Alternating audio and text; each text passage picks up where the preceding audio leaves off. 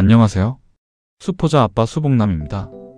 아이 수학을 설명하다가 갑자기 말문이 막혀버린 적 한 번쯤 있으셨을 겁니다. 저도 그랬습니다. 아이는 묻습니다. 아빠, 이건 왜 이렇게 풀어? 그런데 머리로는 아는 것 같은데 막상 아이 눈높이로 설명하려고 하면 입이 딱 멈춥니다. 그 순간부터 분위기가 이상해집니다. 부모는 조급해지고 아이는 눈치를 보고 수학은 공부가 아니라 서로 지치는 시간이 됩니다. 저도 예전에는 그랬습니다. 설명은 길어지고 아이는 더 헷갈려하고 결국 마지막엔 그냥 이렇게 푸는 거야, 이 말로 끝난 적도 많았습니다. 그런데 요즘은 그 순간이 오면 예전처럼 혼자 버티지 않습니다. 저는 챗GPT에게 먼저 묻습니다. 여기서 중요한 건 정답을 물어보는 게 아닙니다. 아이 눈높이에 맞는 설명 방식을 물어보는 겁니다. 이 차이가 생각보다 정말 컸습니다. 예전에 저는 문제를 보면서 답부터 찾으려고 했습니다. 그런데 지금은 이렇게 묻습니다. 초등 3학년 아이도 이해하게 쉽고 짧게 설명해줘. 또는 수학이 무서운 아이가 겁먹지 않게 비유로 설명해줘. 또는 아빠가 아이에게 말하듯 자연스럽게 설명해줘. 이렇게 바꾸면 답이 완전히 달라집니다. 그냥 풀이만 나오는 게 아니라 부모가 아이에게 바로 말할 수 있는 문장으로 바뀌어 나옵니다. 저는 이걸 처음 써보고 생각했습니다.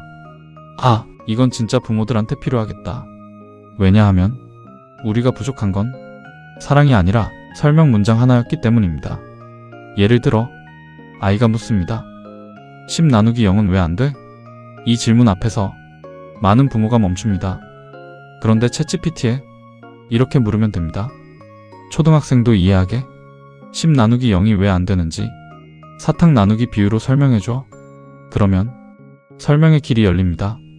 사탕을 누구에게 나눠주는 건지, 사람이 0명이면 왜 나눌 수 없는지 아이 머릿속에 그림이 그려지는 방식으로 설명을 꺼내주기 시작합니다. 부모가 수학을 잘해서 되는 게 아니었습니다. 아이 눈높이에 맞는 말을 찾을 수 있으면 되는 거였습니다. 그런데 여기서 많은 부모님들이 한 번 더 막힙니다. 챗GPT가 좋다는 건 알겠는데 막상 무작정 물어보면 생각보다 시간이 많이 듭니다. 질문을 어떻게 해야 할지 모르겠고 답이 너무 길게 나오기도 하고 우리 아이한테 안 맞는 설명이 나오면 또 다시 물어봐야 합니다. 직장에서 돌아와서 이미 너무 피곤한데 그 상태에서 챗GPT 답변을 계속 다듬고 있으면 도움이 되기보다 오히려 시간이 더 들어갈 때도 많습니다. 저도 그걸 많이 겪었습니다. 무작정 물어보다가 짧게 끝나는 게 아니라 어느 날은 시간이 훌쩍 지나가기도 했습니다. 분수 막히면 또 새로 묻고, 약분 막히면 또 새로 묻고, 소수 곱셈 막히면 또 새로 묻고, 답이 길면 줄여달라고 또 묻고, 비유가 안 맞으면 다시 바꿔달라고 또 묻고, 그러다 보면 부모는 더 지칩니다. 그래서 저는 느꼈습니다. 부모한테 필요한 건 챗GPT를 무작정 잘 쓰는 법이 아니라 바로 먹히는 질문을 바로 꺼내 쓰는 방식이라는 걸요. 저는 지금 육아휴직 중입니다.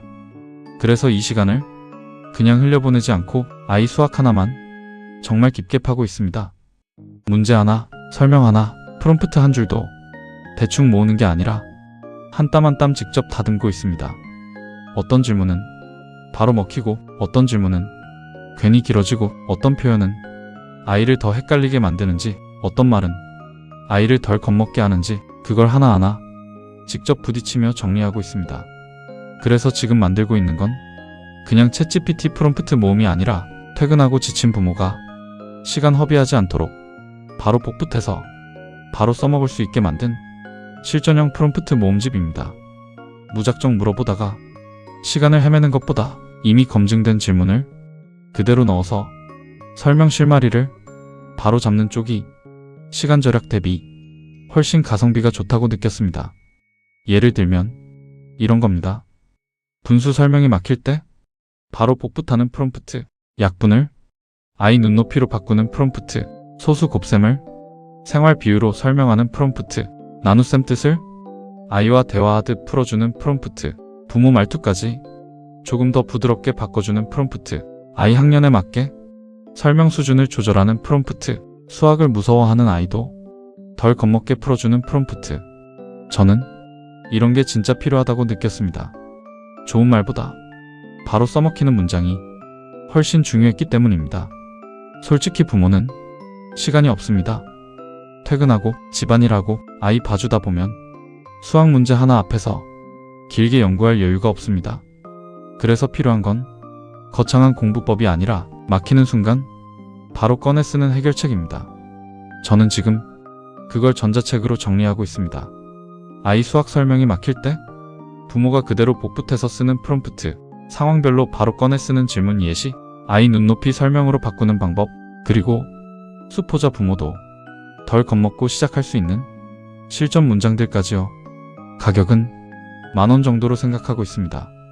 그런데 솔직히 저는 그냥 10,000원짜리 자료처럼 보이게 만들고 싶지는 않습니다. 받아보시면 이 가격에 여기까지 담았다고 싶을 정도로 돈값은 충분히 하고도 남는다는 느낌이 들게 만들고 싶습니다.